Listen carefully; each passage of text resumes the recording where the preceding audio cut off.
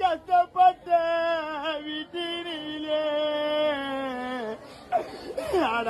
பெற்றெடுத்த மகனே நீ கடைசி வார வாயலைய உன்னை 10 மாதம் நான் சுமந்து பாலூட்டி வளர்த்த மகனே உனக்கு சோறுட்டி வளர்த்த மகனே உன்னை பாசமோடு வளர்த்து வந்த நான் உன்னை பாசமோடு வளர்த்து விட்டேன் எங்களை விட்டு பாதியில போகிறீ நீ பாசமோடு இருந்து விட்டு